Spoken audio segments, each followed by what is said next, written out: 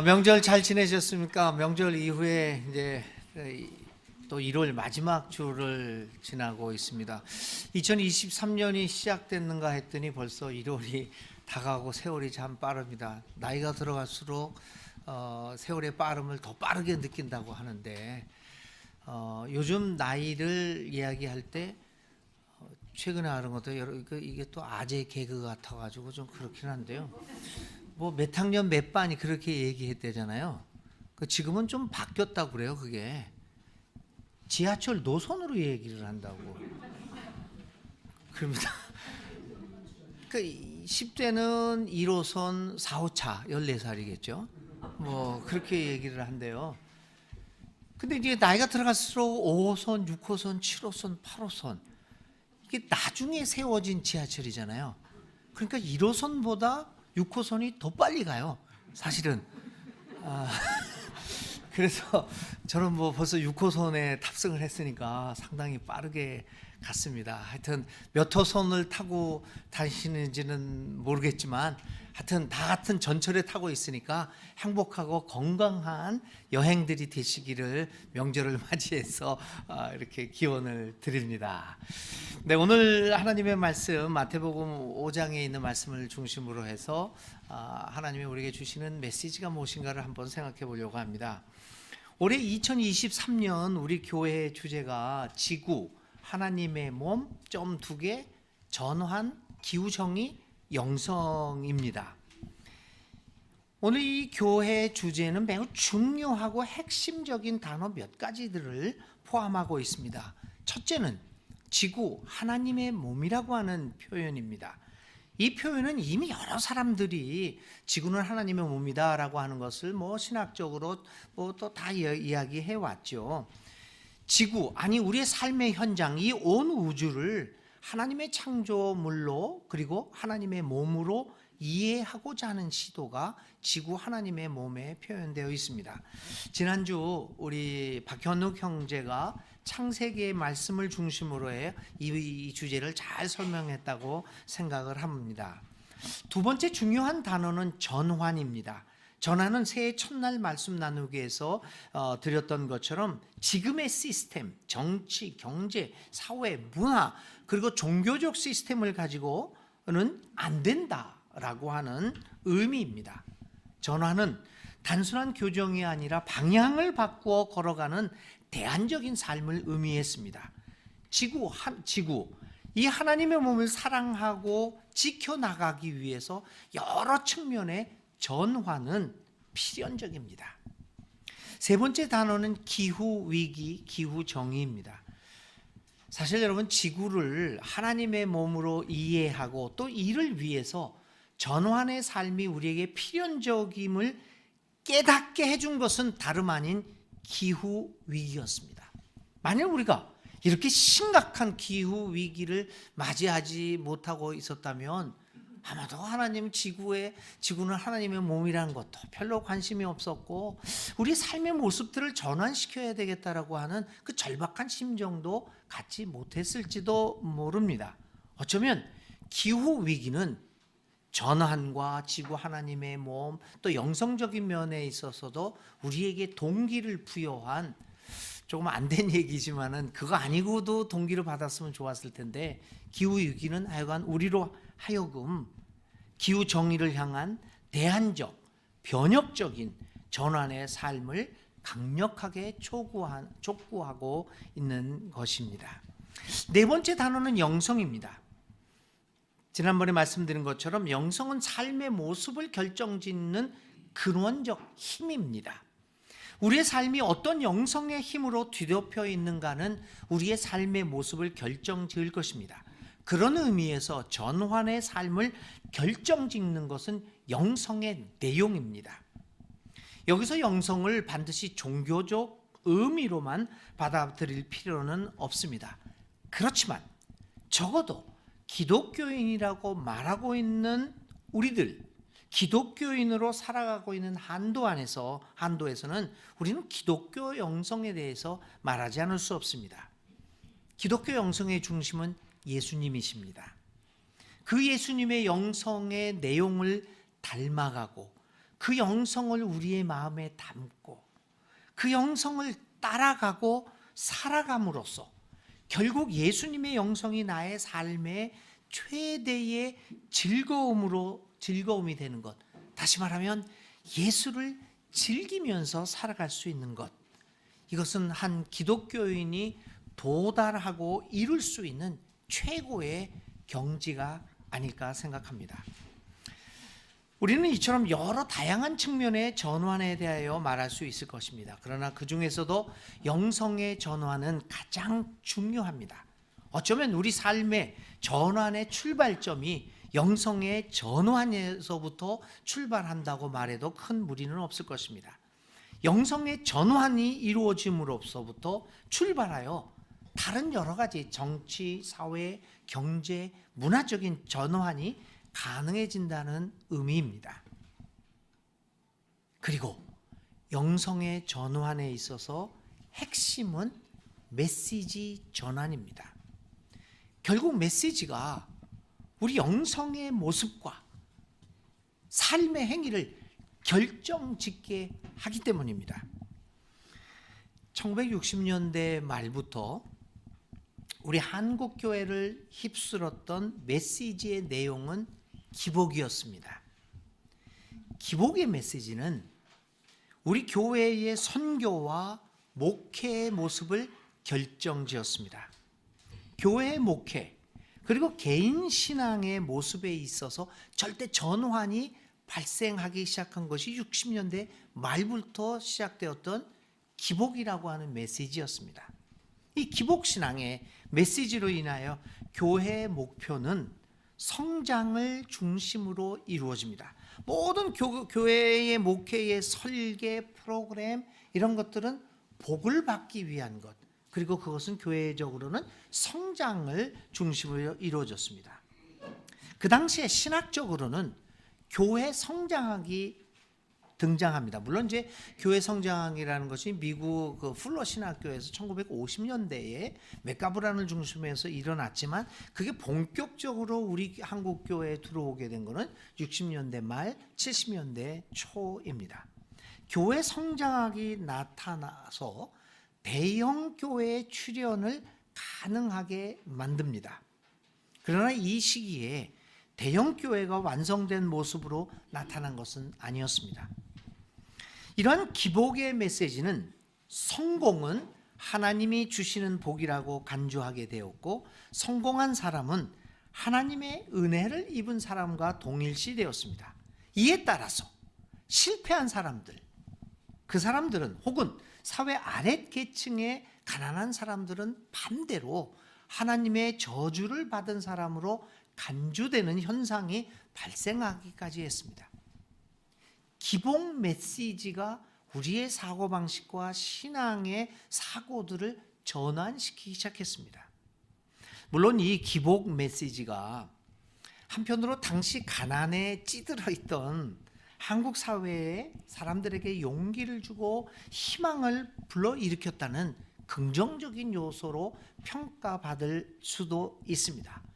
그럼에도 불구하고 결국 오늘 한국 사회에 극심한 빈부 차이와 사회 소외 계층을 향한 차별과 혐오의 씨앗을 잉태시켰다라는 매우 부정적인 평가를 받지 않을 수 없을 것입니다. 80년대 들어오면서 한국 교회는 점차 교회 성장학의 발달로 인해서 메시지가 변합니다. 기복 메시지가 좀 비천하다, 좀 세속적이다라는 비판을 받으면서 이 기복 메시지가 문화의 옷을 입게 됩니다. 그러면서 실용적 메시지로 바뀌게 됩니다. 그리고 그 실용의 목적은 또다시 성장과 번영이었습니다. 어떻게 보면 기복신앙의 세련된 모습이라고 볼 수 있습니다. 이 실용적 문화의 옷을 입은 실용적 메시지는 또다시 우리 한국 교회의 모든 목회와 신앙생활의 모습에 일대 전환을 이루게 발생하게 만듭니다. 실용적 메시지는 실용적 목회를 추구하게 만들었는데 첫째는 예배의 형식이 변하기 시작했습니다. 경배, 여러분 다 기억하실 겁니다. 80년대에 이렇게 들어오면서, 특히 중반에 들어오면서 경배와 찬양 형식이 도입되면서 소위 열린 예배라는 매우 감성적 모임이 성행하게 됩니다. 젊은이들의 감성을 자극하는 음악이, 소위 CCM들이 그때 나오죠. 자극하는 음악이 도입되어서 젊은이들을 사로잡습니다. 이때 한국교회가 내놓은 실용적 메시지에서 중요한 내용은 개인적 삶의 실현과 자기 개발 메시지였습니다. 적극적 사고방식, 캘리포니아의 로버트 슐러 그 목사들을 중심으로 했던 적극적 사고방식이 그 실용적 메시지와 한국교회를 휩쓸게 됩니다. 그래서 신앙은 뭐냐? 적극적 사고방식을 갖는 것이다 라고 해서 적극적 사고방식과 신앙이 동일시되곤 하였습니다. 그리고 신앙은 철저히 자기 실현이라고 하는 개인적 차원으로 더욱 축소되게 됩니다. 이렇게 해서 이 실용적 메시지가, 문화의 옷을 입은 실용적 메시지는 우리 한국교회의 일대 전환을 가져오게 만듭니다. 이 문화의 옷을 입은 실용적 메시지가 두 번째로 또 변화하게 된 계기는, 한국교회는 그 실용적 메시지로 인해서 목회와 신앙의 신학도 포함해서 경영학을 도입하게 됩니다. 마케팅을 비롯한 현대적 경영 기법이 도입되면서 이제 본격적으로 대형교회, 아니 초대형 교회가 등장합니다. 교회의 실용적인 메시지와 자본주의의 실용적 경영 메시지가 만납니다. 이 두 메시지의 조우로 인하여 초대형 교회가 등장하는 것이 80년대 후반의 일입니다. 당시 세계 10대 대형 교회에 한국 교회가 무려 7개 교회가 포진하고 있었다는 사실은 정말 놀랄 만한 일입니다. 그 후 한국 교회는 권력을 갖게 됩니다. 교회는 이제 더 이상 가난한 교회가 아닙니다. 교회는 부자가 되었습니다. 따라서 교회는 가난하고 억눌린 사람을 해방하러 오신 예수님이 설 자리를 잃어버리는 권력 집단이 되어버리고 말았습니다. 이 실용적 메시지가 결국 한국교회의 모습을 결정지었습니다. 여러분, 메시지는 이렇게 중요한 역할을 감당합니다. 마지막으로 한국교회의 메시지 내용에서 지적하고자 하는 것은, 한국교회가 내놓는 메시지는 철저하게 교리적이며 문자적 메시지로 가득 차 있었다는 사실입니다. 한국교회 메시지는 교리를 중심으로 이루어지고 있다는 것이 큰 특징 중에 하나일 것입니다. 교리를 벗어나거나 혹은 교리적으로 의심살 만한 메시지는 전혀 용납되지 않습니다. 교리 그리고 문자주의적 메시지는 또한 한국교회의 일대 전환을 가져옵니다. 첫 번째는 교회 안에서 질문을 사라지게 만듭니다. 질문 없는 신앙이 좋은 신앙으로 간주됩니다. 신앙은 뭐냐? 교리에 순응하고 교리를 무비판적으로 받아들이고 순복하는 것이라고 간주되었습니다. 이렇게 함으로써 질문이 사라진 신앙이라고 하는 그 신앙의 전환이 이루어집니다. 이렇게 되다 보니까 어떤 전환이 발생합니까? 신앙은 이제 행위와는 전혀 상관없는 교리 수긍으로 바뀌게 됩니다. 생활 현장으로부터 철저하게 분리되어질 뿐만 아니라 이제 교회 내에서는 교리 논쟁이 주를 이루게 됩니다. 어떻게 예수를 따라 살아갈 것이냐? 예수가 누구냐? 예수의 삶을 어떻게 우리가 닮아가고 따르고 살아가고 그 예수를 즐기면서 우리의 삶에서 하나님 나라를 이루어 가겠다라고 하는 그 논쟁보다는 교리 논쟁이 주를 이루게 됩니다. 이단 시비가 교회 행위의 가장 중요한 주제로 등장합니다. 모든 것을 이단 논쟁으로 몰고 갑니다.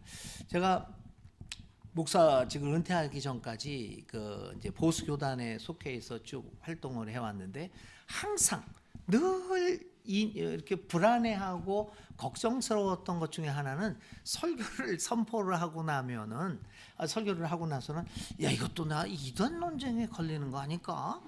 이거 걸렸다면 이건 뭐 끝장이거든요. 한 사람의 인생이. 그러니까 모든 것은 이단 논쟁입니다. 여러분 한번 생각해 보십시다. 최고 한국교회에서 가장 중요한 관심사 중에 하나가 뭐냐면 차별금지법 제정에 관한 내용입니다. 그 중에서도 성소수자 문제입니다. 뭐 퀴어 문제라고도 말할 수 있을 것입니다. 여러분 퀴어라든지 차별금지법, 성소수자 문제에 대해서 다양한 의견들이 나올 수 있습니다. 그렇지 않습니까? 왜냐하면 그것은 어떻게 해석하거나 또 내가 어떤 문화를 가지고 있다는 거거나 뭐 아랍 문화에 살게 되고 있거나 아니면 또 우리 같은 문화, 뭐 서구 문화에 따라서 기타 다양한 차원의 해석과 논쟁이 있을 수 있습니다.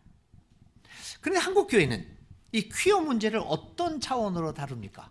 이 문화 해석의 차원이 아니라 이 문제를 이단 문제로 다룹니다. 제가 만일 퀴어 문제에 있어서 적극적인 입장을 표명하면 나보고 당신은 왜 그렇게 생각하시오? 라고 논쟁을 하는 것이 아니라 저 홍인식은 이단이다. 이단 문제로 귀결됩니다. 종교 교리의 문제로 해석해서 이단이라고 말합니다. 여러분 반대할 수도 있고 찬성할 수도 있어요. 의견 달라요.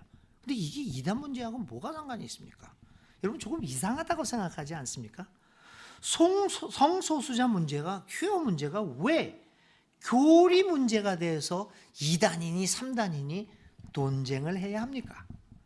사실 퀴어 문제는 2단 논쟁이 아니라 이에 대한 깊은 성찰과 공부, 연구가 필요한 주제입니다. 왜냐하면 저도 그렇고 여러분들도 그렇고 그것에 대하여 잘 알지 못하는 것이 너무나 많기 때문입니다. 뭔가를 좀 알고 나서 뭐라고 말을 할 수 있는 것이 아니겠습니까? 그래서 우리 교회에서도 어떤 기회가 되면 이 퀴어 문제에 대한 것들을 좀 더 깊이 있게 전문가들을 초청하든지 아니면 우리 교우 중에서 전문가가 있다면 이렇게 한번 공부도 진지하게 해볼 필요가 있습니다. 이 퀴어 문제는 공부하고 연구하고 서로 한번 생각해 볼 문제입니다. 그런데 왜 공부를 안 하고 알아보려는 시도조차 하지 않는 것일까요? 그리고 근거도 없는 가짜 뉴스에만 매달리면서 이렇게 몰두할까요? 왜 공부하지 않을까요? 교리 문제라고 생각하기 때문입니다. 그것은 교리 문자주의의 메시지가 우리의 신앙을 그렇게 만들었기 때문입니다. 이 교리 문자주의적 메시지는 두 번째로 한국교회를 철저하게 폐쇄적이며 과거 지형을 넘어서서 과거 매몰적 집단으로 만들어 버렸습니다. 역사의 발전과는 상관없이 자기 세계를 지켜가는 것을 교리를 지켜가고 이 문자주의 해석을 지켜나가는 것을 신앙으로 간주하게 만들었던 것이죠. 이러한 메시지는 이런 교리적이고 문자주의적인 메시지는 교회를 신성한 단체로 생각하도록 이끌었습니다. 종교사회학에서는 이것을 종교의 부족화 현상이다라고 말을 합니다. 오늘 한국교회를 들여다보면 이러한 부족화 현상과 더불어 그 부족과 그 부족장에 대한 신성화 작업이 얼마나 깊게 형성되어 있는가를 볼 수 있습니다. 신성화된 부족, 교회입니다. 그 부족의 장, 족장, 성직자일 수도 있고 아니면 특별한 권력을 가진 사람일 수도 있습니다. 이 신성화된 교회와 신성화된 성직자의 행동과 말에 대하여 절대적인 순종을 하며 그 어떤 이의도 제기하지 않습니다. 이 신성화된 부족 안에서는 모든 것이 정당화됩니다. 왜냐하면 그 부족이 그리고 그 족장이 하는 말은 신원입니다.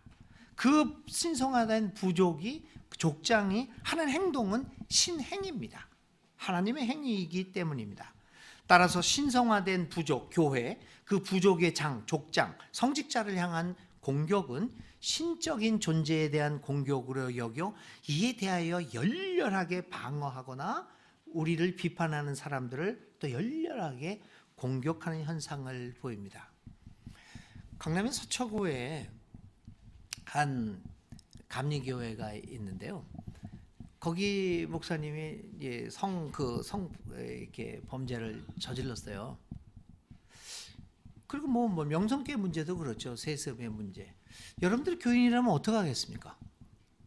그 목사를 거기다 놔두시겠습니까? 안 놔두실 것 같아요. 여기는 감히 발을 못 붙일 것 같아요. 세습을 하겠습니까? 안 되잖아요. 그런데 그 교회 안에 있는 사람들의 거의 대다수는, 반대하는 사람이 20%밖에도 안 됩니다. 거의 대다수의 사람들은 성범죄를 저지른 목사를 옹호합니다. 그 부의 부와 권력을 세습하는 사람은 절대적으로 옹립합니다. 왜 그럴까요? 그들이 바보라서 그럴까요? 그들도 대학 교수고요. 공부 많이 한 사람은 무지 많습니다. 왜 그럴까요? 바로 교리와 문자주의 메시지에 늘 빠져 있어서 그 교회를 부족화되었고 그 교회를 신성화하기 때문입니다. 이처럼 교리 문자주의적 메시지는 우리의 신앙과 교회 목회의 모습을 전환시켰습니다. 여러분, 영성의 전환과 더불어 교회와 신앙 행위의 전환에서 메시지 전환은 핵심이라고 하는 것을 우리는 다시금 보게 됩니다. 예수님이 사셨던 당시의 종교, 유대교의 모습도 오늘 우리 기독교회의 모습과 별반 다르지 않습니다. 유대교는 민중의 삶의 현정과는 철저하게 유리되어 있었습니다. 유대교가 내놓는 메시지는 유대 민중들과는 상관없을 뿐만 아니라 오히려 민중들의 삶을 억압하는 결과를 낳고 있었습니다. 아이러니한 것은 믿으면 믿을수록, 종교에 신실하면 신실할수록 더욱더 억압적인 삶을 살게 되는 모순적인 상황이 반복된다는 겁니다. 아니, 믿으면 믿을수록 자유로워져야 되는데 종교에 신실하면 신실할수록 좀 더 여유롭고 풍요로운 인생을 살아가야 되는데 오히려 더욱더 억압받는 삶의 모습으로 변하고 있다는 상황이었습니다. 누가복음 21장에 자신이 가진 온 재산인 2렙돈을 성전에 바쳤던 남편을 먼저 보낸 가난한 여인의 경우는 당시 유대교의 억압이 얼마나 심각했는가를 보여주는 전형적인 기록이기도 합니다. 유대교의 기원은 하나님이 이집트에서 노예 생활을 하며 억압받던 히브리 사람들을 해방한 출애굽 사건으로부터 비롯됩니다. 다시 말하면 억압으로부터의 해방 사건이 히브리 사람들로 하여금 하나님에 대한 신뢰와 신앙을 갖게 했고 그것이 발전해서 결국 유대교라는 종교를 형성하게 이르게 되었다는 겁니다.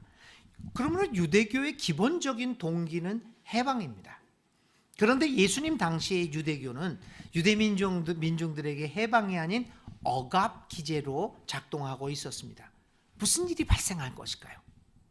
오늘의 말씀은 그것을 메시지의 왜곡이라고 지적합니다. 그러기에 예수님이 종교가 유대교가 억압 기제로 작동하는 그 당시에 이 상황을 전환하려고 하신 일은 메시지 전환입니다. 하나님의 말씀의 본래의 의미인 해방 메시지를 회복하자는 겁니다. 억압적 메시지에서 해방적 메시지로의 전환이 예수님이 시도한 것이었습니다. 메시지 전환 없이 이루어지는 형식의 전환은 아무런 변화를 가져오지 못하기 때문이 아니었을까요? 오늘 우리에게 주어진 본문은 마태복음 5장부터 7장까지 이르는 일명 산상수훈에 속해 있는 말씀입니다. 17절부터 오늘 본문 말씀 증거의 본문이 17절부터 48절까지는 율법에 대한 내용입니다. 여러분은 들었습니다. 그러나 나는 여러분에게 이렇게 말합니다. 라고 하는 양식 속에서 기록되어진 말씀입니다. 여러분 이렇게 들었습니다. 그러나 나는 여러분에게 이렇게 말합니다. 라고 하는 양식을 통해서 예수님이 율법을 해석하십니다. 예수님은 유대교의 억압적인 메시지를 뒤집고 계십니다. 율법에 대한 해석을 새롭게 하고 계십니다.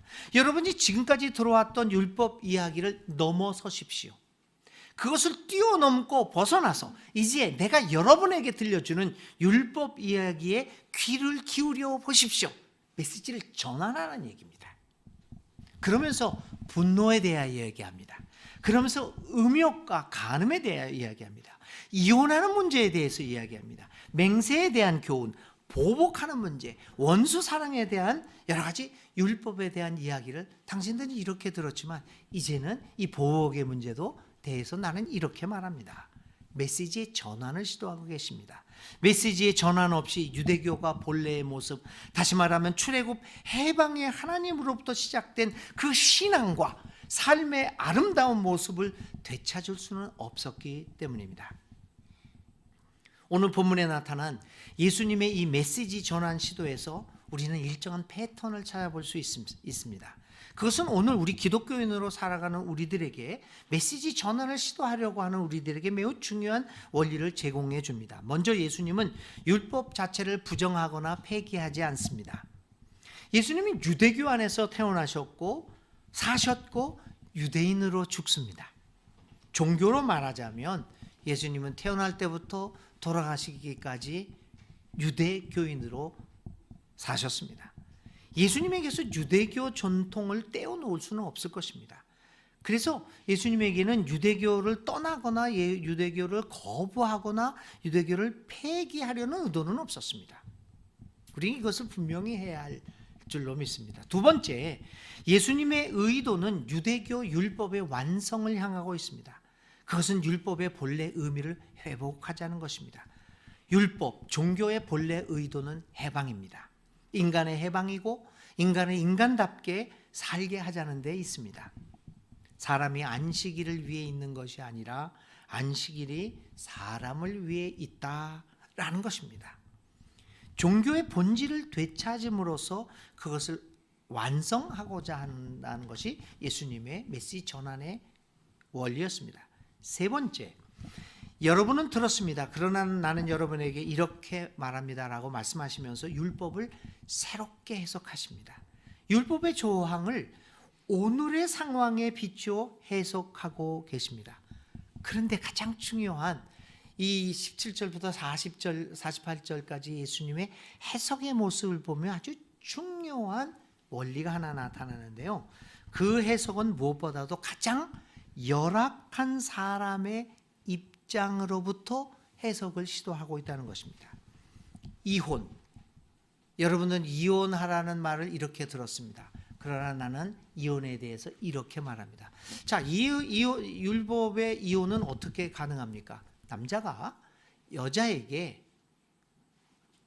이혼 증서를 써주면 가능합니다.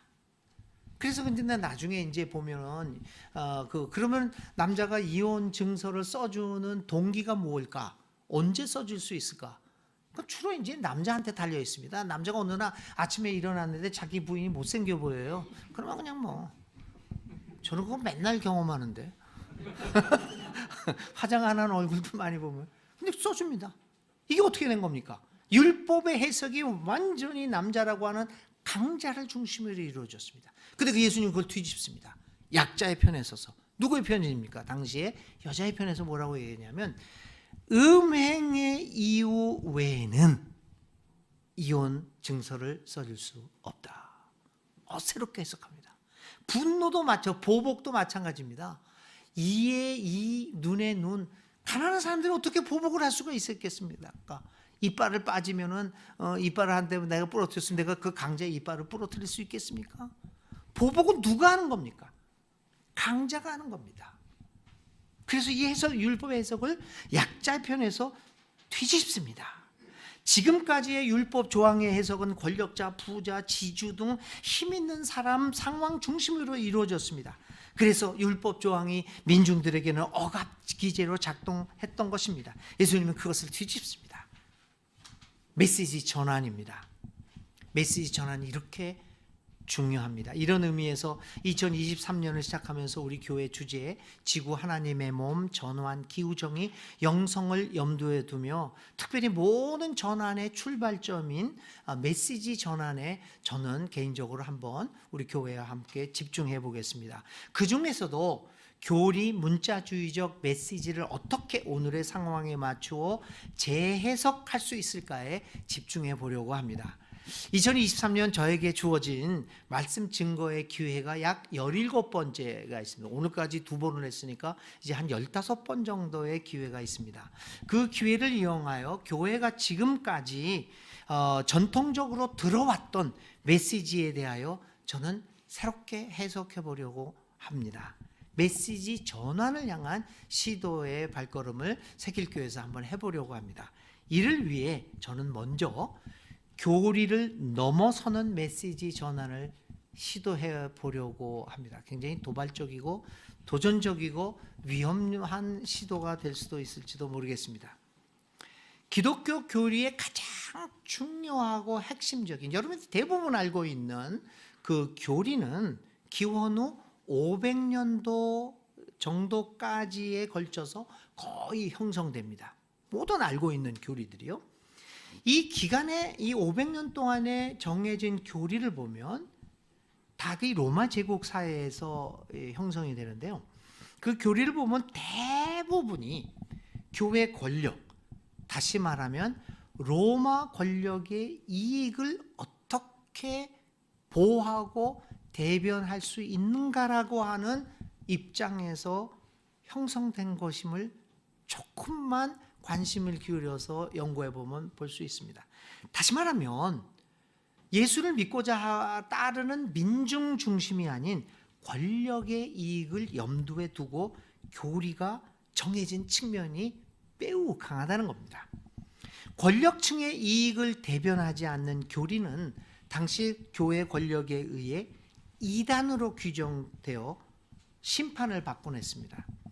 뭐 여러 가지가 있죠. 펠라기우스, 아리우스도 있고 모타노스도 있고 또 네스토리우스 같은 건 정말 생각해봐도 너무 억울합니다. 하여튼 그런 펠라기우스, 네스토리우스 등의 예를 우리는 아리우스 같은 경우에도 그 염두에 둘 수 있을 것입니다.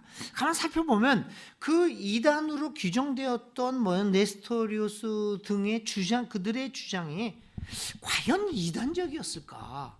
정말 의문을 가져보지 않을 수 없습니다. 그래서 저는 교리의 역사에서 이단으로 정죄되었던 이들의 주장을 조금 더 자세히 성찰해 보고자 합니다. 그리고 당시 이단으로 정죄되었고 역사 속에서 사라져버렸던 이들의 주장에서 오늘의 상황에서 새롭게 해석하고 오늘의 교회 메시지 전환을 위한 동기를 어떻게 발견할 수 있지 않을까라는 것을 고민해 보고자 합니다. 예수님의 말씀대로 교리를 폐지하고자 하는 말이 아닙니다. 지금까지 교회가 유지해오고 있었던 교리가 순기능을 해왔던 것은 틀림없습니다. 그러나 교리 자체가 하나님 말씀에 대한 역사적 해석이라는 것을 감안할 때 그것이 절대적일 수는 없습니다. 언제나 상대적입니다. 그런 의미에서 감히 지금까지의 교리는 굉장히 유용하고 순기능을 했지만 어쩌면 이제 유효 기간이 도래된 것은 아닐까 하는 질문을 던져봅니다. 저의 메시지 전환 시도는 이러한 질문으로부터 시작됩니다. 두 번째로 지금까지의 메시지, 교회 메시지가 지나치게 교회, 기독교, 성경 중심적이었음을 부인할 수 없다는 사실입니다. 그러니까 모든 메시지가 교회, 기독교, 성경을 벗어나지 못하고 이것을 어떻게 대변하는가에 집중되어 있었다는 것입니다. 신학은 교회의 시녀라고 불렸습니다. 신학은 교회의 시녀이다. 그러나 주인의 치맛자락을 들고 뒤따르는 시녀가 아니라 주인 반걸음 앞에서 불을 밝히는 시녀라고 말합니다. 이게 칸트가 했다라고 얘기하는데 확인된 바는 없습니다. 근데 따라서 이렇게 교회 중심, 기독교 중심, 성경 중심으로만 하다가 보니까 교회가 사회를 향하여 메시지를 내매도 불구하고 언제나 교회 혹은 기독교 변증의 측면이 강했습니다.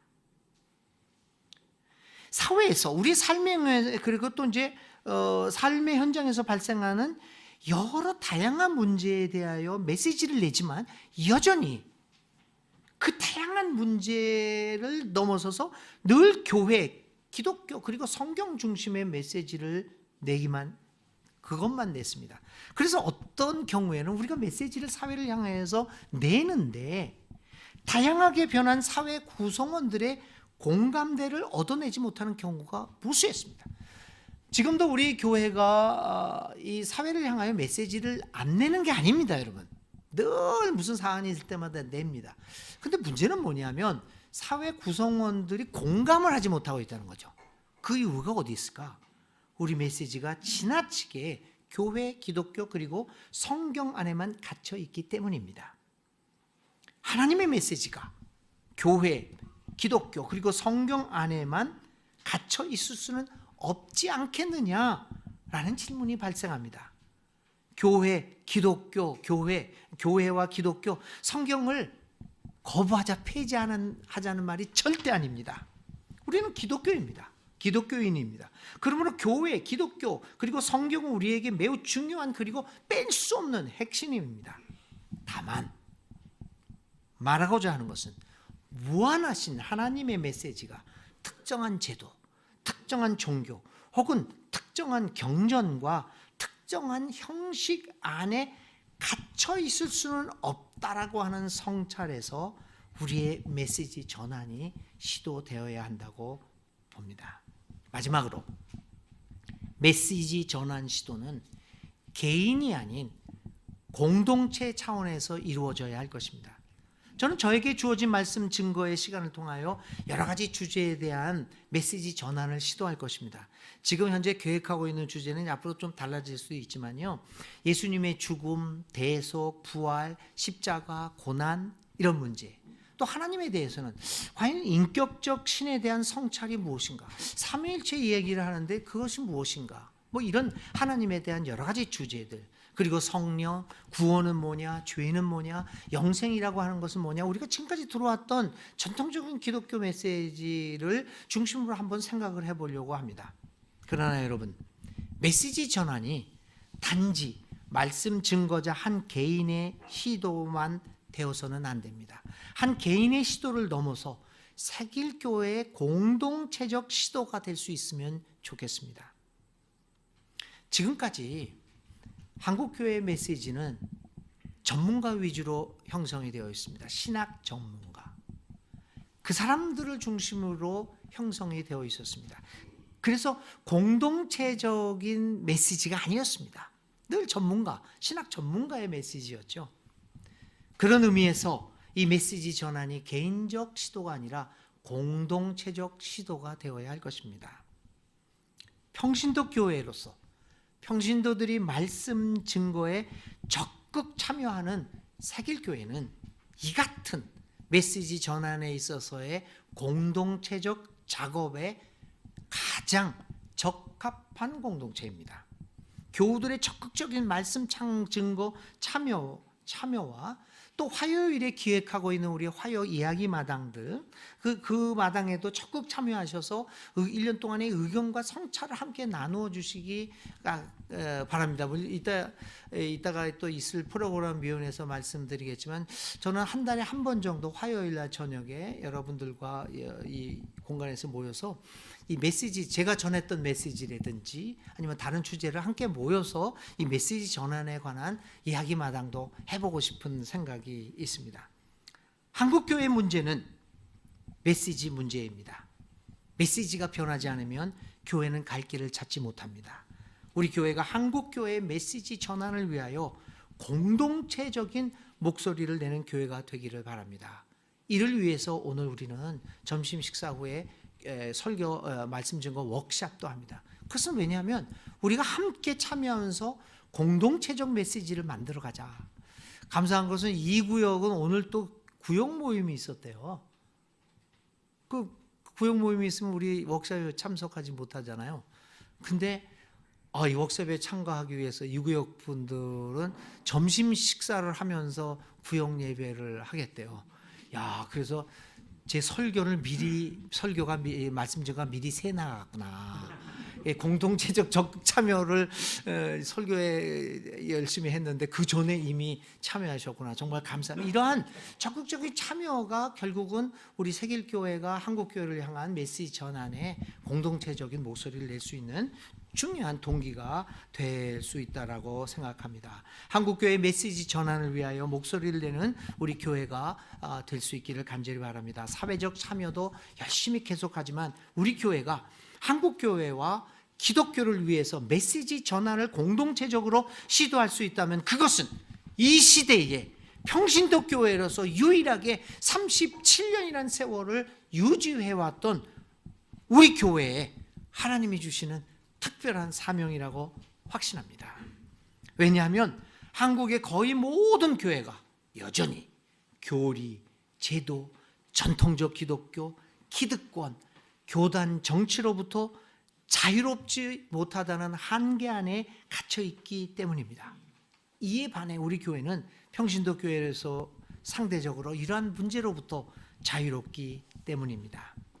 교회 여러분, 하나님이 1987년에 우리 교회를 창립하시고 지난 36년 동안 함께 하셨던 것이 바로 이런 일을 위한 것인지를 누가 알겠습니까?